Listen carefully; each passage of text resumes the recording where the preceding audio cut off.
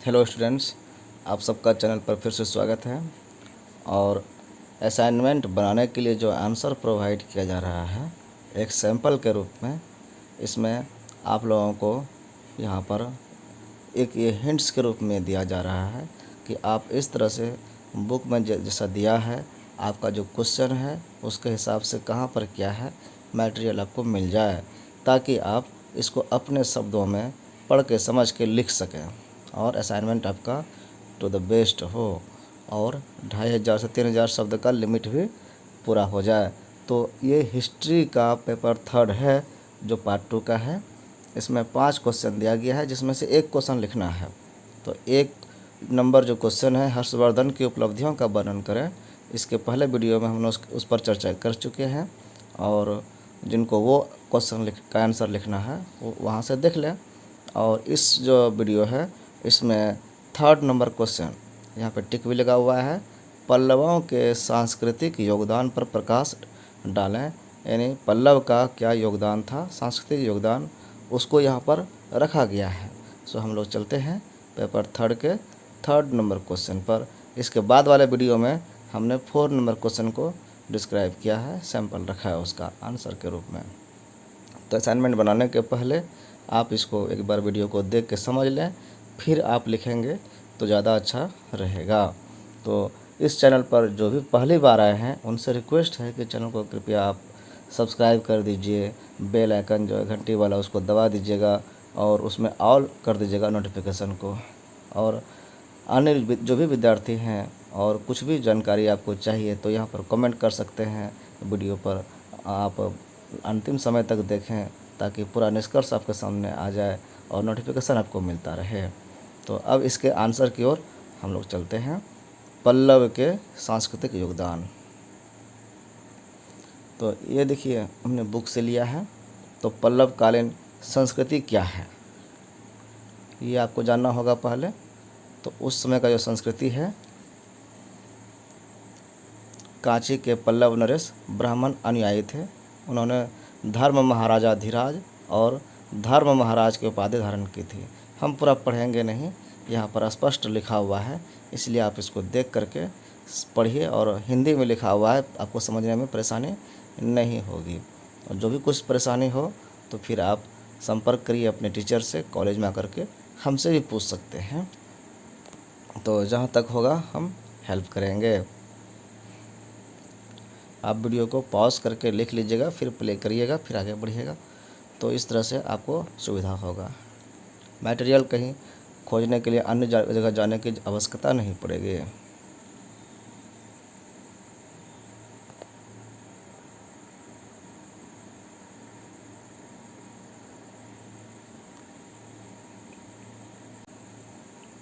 Full screen में video है, आपको पढ़ने में देखने में कोई प्रॉब्लम नहीं होगा, ऐसा हम उम्मीद करते हैं।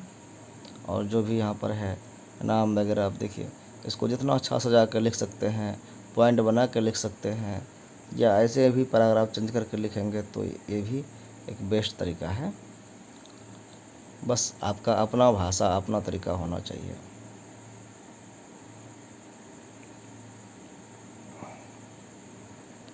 फिर देखिए इनके समय में, पल्लव के समय में धर्म और धार्मिक आंदोलन क्या क्या हुए थे, ये सब धर्म से जुड़ा हुआ भी यहाँ पर बात हुआ है कि ईश्वर प्राप्ति के 3 साधन बताए गए थे, कर्म, ज्ञान और भक्ति। ये अभी भी प्रचलित है। ज्ञान मार्ग, कर्म मार्ग और भक्ति मार्ग। मार्ग मतलब रास्ता होता है।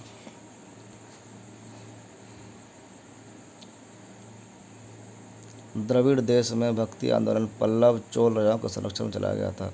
यानी इन्होंने जो है धर्म पर विशेष जोर दिया और आंदोलन चला करके इसको आगे बढ़ाया था।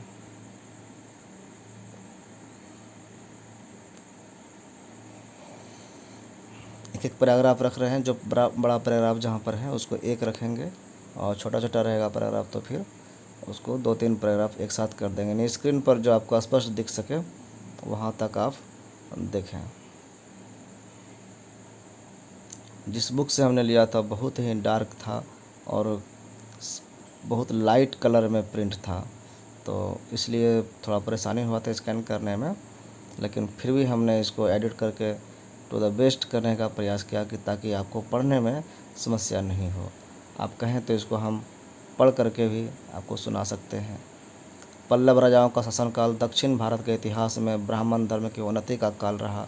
इस काल के प्रारंभ में ब्राह्मण धर्म के साथ साथ बौद्ध तथा जैन धर्म भी तमिल प्रदेश में लोकप्रिय थे।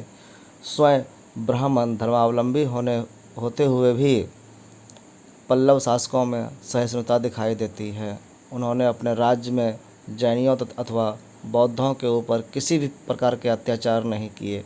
पल्लव नरेश नरसिंह वर्मा प्रथम के समय में चीनी यात्री हुएनसांग कांची में कुछ समय ठहरा था। उसके अनुसार यहाँ 100 से अधिक बौद्ध विहार थे, जिनमें 10,000 बौद्ध भिक्षुक निवास करते थे।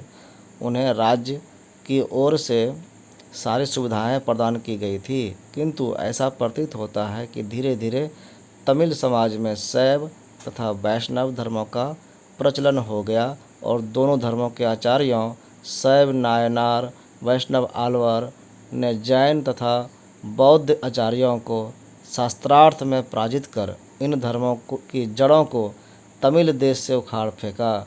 नायनारों तथा आलवारों ने दक्षिण में भक्ति आंदोलन का सूत्रपात किया। उनके प्रयासों का फल अच्छा निकला तथा दक्षिण के शासकों तथा सामान्य जनता ने धीरे धीरे जैन एवं बौद्ध धर्मों का परित्याग कर भक्तिपरक शैव एवं वैष्णव धर्मों को ग्रहण कर लिया। इस प्रकार तमिल देश से जैन एवं बौद्ध धर्मों का विलोप हो गया।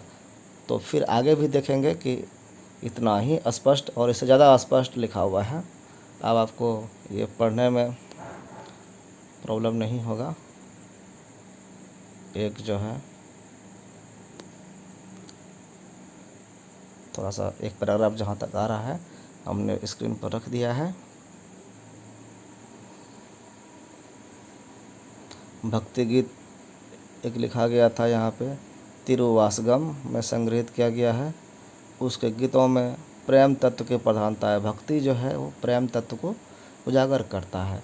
उसके द्वारा विरचित एक भक्ति गीत का नीचे में हिंदी रूपांतरण करके दिया गया है कि उसका भाव समझिए क्या कहना चाह रहा है उसमें।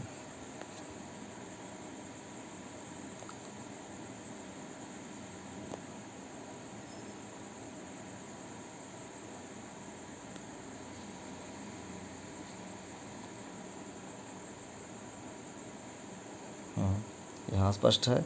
इंद्र या विष्णु अथवा ब्रह्मा उनके दिव्य मुख की कामना मुझे नहीं है। मैं तेरे संतों का प्रेम चाहता हूँ, भले ही मेरे घर इससे नष्ट हो जाए। मैं रौरव नरक में जाने को तैयार हूँ, बस तेरी कृपा मेरे साथ रहे। ईश्वर से प्रार्थना है कि आपकी कृपा रहे, संतों का प्रेम हमको चाहिए और कोई सुख नहीं चाहिए। हमको नरक नहीं जाना है। नरक कई नरक है, उसमें रौरव नरक एक नरक का नाम है। जो सर्वश्रेष्ठ है मेरा मन, तेरे अतिरिक्त और देव की कल्पना कर ही कैसे सकता है। मेरे पास कोई गुण तपस्या ज्ञान आत्मसंयम नहीं था।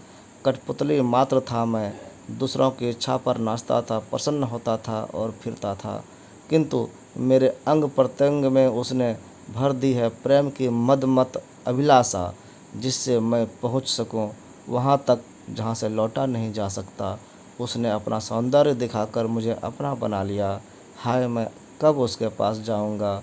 मैं यहाँ जो है ये प्रेयसी के लिए, एक लवर के लिए एक बात है, ये एक विचार है। ये यहाँ पर लवर वो ईश्वर है जिनके पास जाने के लिए बेचैन है भक्त, और ऐसा जाना चाहता है कि वहाँ से हमको लौटना नहीं पड़े।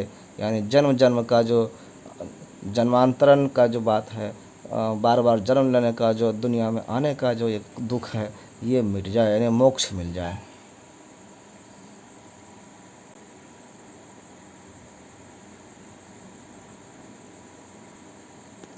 एक ही पैराग्राफ रखते हैं पहले। इन सभी शैव संतों ने भजन कीर्तन ये सब किया था, तो पूरा हम पढ़ नहीं रहे हैं। विशाल मंदिर बनवाया,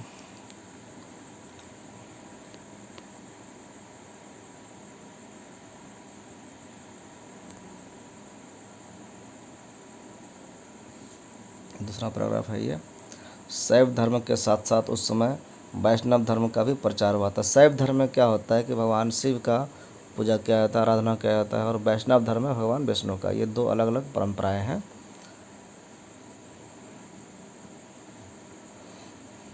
इसमें बताया गया है कि आलवर का अर्थ होता है अंतर्ज्ञान रखने वाला वह व्यक्ति जो ईश्वर चिंतन में पूर्णतया विलीन हो गया हो। और इनकी संख्या 12 बताई गई है। आलवार मतलब पूर्ण संत कहिए, जो भगवान नाम में खो गया होता है। अब दुनियादारी से कोई मतलब उनको नहीं रहता है। भूत योगी, सरा योगी, महायोगी, भक्तिसार, ये सब चीज़ अलग अलग नाम है। इनका आविर्भाव 7वीं से 9वीं शताब्दी में हुआ था।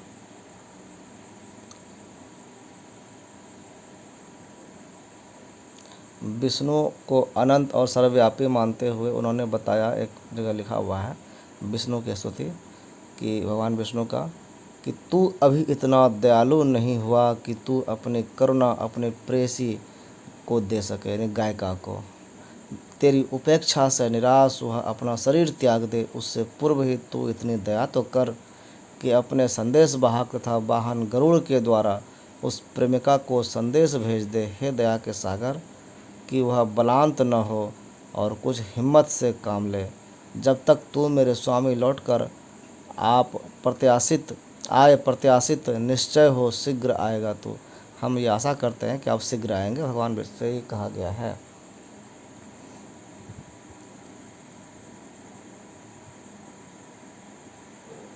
इसको भी पढ़ देते हैं थोड़ा सा, 1-2 लाइन हमको लगता है कि धुंधला है। नामालवार के शिष्य मधुर कवि ने अपने गीतों के माध्यम से गुरु महिमा का बखान किया। आलवर संतों ने ईश्वर के प्रति अपनी उत्कट भक्ति भावना के कारण अपने को पूर्ण रूपेण उसमें समर्पित कर दिया। उनकी मान्यता थी कि समस्त संसार ईश्वर का शरीर है तथा वास्तविक आनंद उसकी सेवा करने में ही है। यानी देखिए, घोर मानवता को सिखाया गया है कि मानव की सेवा ही ईश्वर की सेवा है। आलवर की तुलना उस बिरहनिक युवती के साथ की गई है जो अपने प्रियतम के विरह वेदना में अपना प्राण खो देती है। यानी महिला प्रेमी की तरह से संतों को प्रस्तुत किया गया है और पुरुष प्रेमी के रूप में ईश्वर को रखा गया है। और विरह वेदना में सब परेशान रहता है कि हमको कैसे मिलना है, ईश्वर से कैसे मिलना है। तो इसी तरह का ये भक्ति से संबंध में यहाँ पर वर्णन है। आलवार जो थे सच्चे विष्णु भक्त थे। और यहाँ पर देखिए कई मंदिर बनाया गया है। सिंह विष्णु ने मामल्लपुरम में आदि बड़ा मंदिर का निर्माण कराया था। नरसिंहवर्मन द्वितीय ने कांची में बैकुंठ पेरुमाल का निर्माण कराया। दंती वर्मा भी विष्णु के महान उपासक थे। दंती वर्मा को विष्णु का उपासक भी बताया गया है कहीं कहीं। उनके समय में सांस्कृतिक कार्यक्रम ये सब हुआ था। कला का, साहित्य का भी उनके समय में बहुत विकास हुआ था। मत विलास प्रहसन नामक ग्रंथ की रचना की थी महेंद्र वर्मा प्रथम ने। आगे सब इसमें पूरा कुछ लिखा हुआ है। कला स्थापत्य का उस समय क्या योगदान हुआ देखिए आप। पल्लव नरेशों का शासनकाल जो था वो कला एवं स्थापत्य की उन्नति के लिए प्रसिद्ध है। वस्तुतः उनकी वास्तु एवं तक्षण कला जो थी दक्षिण भारतीय कला के इतिहास में सर्वाधिक गौरवशाली अध्याय है। पल्लव वास्तु कला ही दक्षिण की द्रविड़ कला शैली का आधार बनी। उसी के आधार पर द्रविड़ कला शैली जो भी है वो बना था। उसी से दक्षिण भारतीय स्थापत्य की 3 प्रमुख अंगों का जन्म हुआ था: मंडप, रथ तथा विशाल मंदिर। प्रसिद्ध कलाविद पर्सी ब्राउन ने पल्लव वास्तुकला के विकास की शैलियों का जो है 4 भागों में विभक्त किया है इनको। और उसका विवरण इस प्रकार है। 4 शैली के रूप में उनका वर्णन करके बांट करके वर्णन किया गया है, बताया गया है। प्रथम है महेंद्र शैली, जो 610 से 640 ईस्वी के बीच में था। महेंद्र वर्मन प्रथम के समय का यह है। उनको विचित्र चित्र की उपाधि मिली हुई थी। उसने ईंट, लकड़ी, लोहा, चूना आदि के प्रयोग के बिना एक नई वास्तुशैली को जन्म दिया था और उसको मांडव वास्तु कहा गया। गुहा मंदिरों के निर्माण की परंपरा उस समय आरंभ हुई। आप दक्षिण भारत जाएंगे तो अनेक मंदिर और अद्भुत कलाओं से प्रेरित है। ऐसा लगेगा कि बिना साइंस का, बिना टेक्नोलॉजी का ऐसा बनाना संभव है ही नहीं। ज़रूर उस समय भी वो कला थी जो अब ख़त्म हो गया है। अभी भी आपको उच्च क्वालिटी का वो सब चीज़ दिखेगा जो आज भी बनाना संभव नहीं है। आप पूरा देख लें, यहाँ पे महेंद्र शैली को एक बार अच्छा से देख लें। वास्तव में इसके चौकोर होते थे, ऊपर के शीर्ष पर सिंहाकार बनाए जाते थे, सिंह के आकार का डिजाइनिंग। पूरा नहीं पढ़ रहे हैं। फिर दूसरा है महेंद्र शैली के बाद मामल्य शैली। मामल्य शैली में देखिए 2 प्रकार के स्मारक बने थे, मंडप और एकाश्म मंदिर। एकाश्म का मतलब होता है एक अस्मक, यानी एक पत्थर से बना हुआ, यानी पहाड़ को काट करके बनाया जाता था। इसको रथ कहा जाता गया है। ये सब मामल्लपुरम यानी महाबलीपुरम में आपको दिख जाएगा। एक ही जो पहाड़ है उसी को काट करके मंदिर बना दिया जाता था। अब सोचिए कि टूटता फूटता तो बर्बाद ही हो जाता, लेकिन कैसे उसको बनाया होगा। यहाँ मुख्य पर्वत पर 10 मंडप बनाए गए हैं। आदि वराह मंडप, महिषामर्दिनी मंडप, पंच पांडव मंडप, बहुत सारा चीज़ यहाँ पर है। सब कुछ देखने लायक है। रथ मंदिर महाबलीपुरम।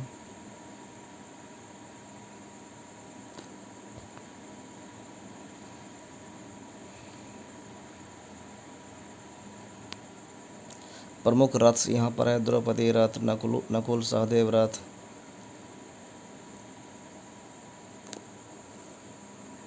अर्जुन रथ, भीम रथ, सब कुछ यहाँ दिया हुआ है। रथ का मतलब आप समझ गए कि मोनोलिथ है, एक पहाड़ से बना हुआ, एक पत्थर से बना हुआ।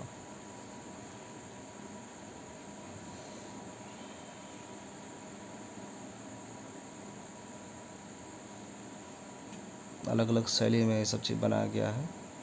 बहुत ही डिजाइनिंग किया जाता था, छोटा बड़ा बहुत सूक्ष्म रूप से डिजाइनिंग होता था। मामल्य शैली का रथ जो है मूर्ति कला के लिए प्रसिद्ध है। सभी देवी देवताओं का यहाँ पर मूर्तियाँ दीवारों में बनी हुई है, उत्कृष्ट है।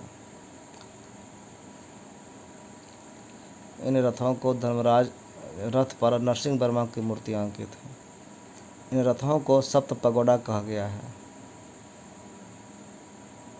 जिनकी रचना जो है अधूरी रह गई थी, वो पूर्ण नहीं कर पाए थे। फिर कुछ कमी होगी, कुछ आक्रमण वगैरह हुआ होगा उनके समय में। फिर तीसरा है राजसिंह शैली, जो 674 से 800 ईस्वी के बीच में था। क्योंकि ये नरसिंह वर्मन द्वितीय यानी राज सिंह ने इसका शुरुआत किया था, तो उनके नाम से ये शैली है। इस शैली के मंदिर में जो है 3 महाबलीपुरम से प्राप्त होते हैं: शिव मंदिर, तटीय शिव मंदिर या ईश्वर मंदिर, मुकुंद मंदिर।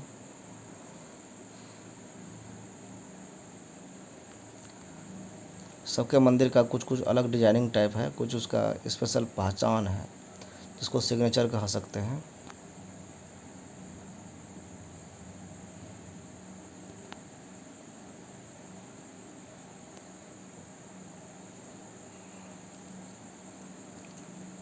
कैलाश मंदिर के कुछ बाद का बना बैकुंठ पेरुमाल का मंदिर है। जो मंदिर कई अलग अलग राज शासन में बना है, उसमें मिक्सिंग हो गया है थोड़ा थोड़ा।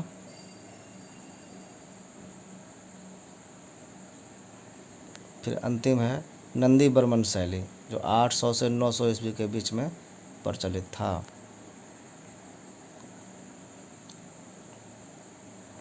इस शैली के अंतर्गत अपेक्षाकृत छोटे मंदिर का निर्माण हुआ था, और इसका उदाहरण कांची के मुक्तेश्वर और मातंगेश्वर मंदिर, ओरगडम का वड़मल्लीश्वर मंदिर, तिरुत्तैन का विरट्टानेश्वर मंदिर, गुड्डी मल्लम का परशुरामेश्वर मंदिर आदि इसका उदाहरण है। कांची का मंदिर सबसे पुराना नमूना है इस शैली का। इनमें प्रवेश द्वार पर स्तंभ युक्त मंडप बने होते हैं। शिखर वृत्ताकार अथवा बेसर शैली का होता है। विमान तथा मंडप एक ऊंची चौकी पर स्थित होता है और छत चिपटी होता है। शैली की दृष्टि से ये धर्मराज रथ की अनुकृति प्रतीत होते हैं। इसके बाद के मंदिर जो है फिर चोल शैली से प्रभावित हो गया और पल्लव वंश का थोड़ा वहाँ पर नाश हुआ। इसकी कला धीरे धीरे विलुप्त हुई।